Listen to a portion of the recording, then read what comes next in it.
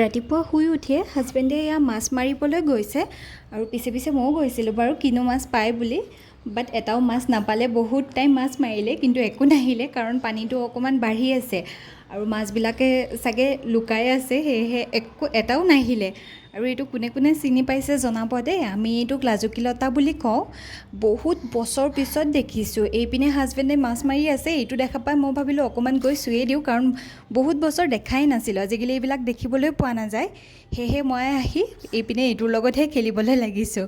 আৰু এইপিনে গুণগুণক আহি দেখিছোঁ তাই কাজিনৰ লগত এনেকৈ গাড়ীত উঠি আছে। আৰু দুইজনৰ গাড়ীখনক লৈ যে ইমান কাজিয়া নহয়, কাৰণ এজনে নুঠে, দুইজনে একেলগে উঠিব। ইমান টিকলু গাড়ীখনত দুজনে বাৰু কেনেকৈ উঠিব। দুইজনকে দেখি আমি গোটেইবিলাকে ইমান হাঁহিছোঁ, কাৰণ দুইজনকে চাবচোন দেই, দুইজনে একেবাৰে ইমান নিজৰ দুনিয়াতে বিজি হৈ আছে। আৰু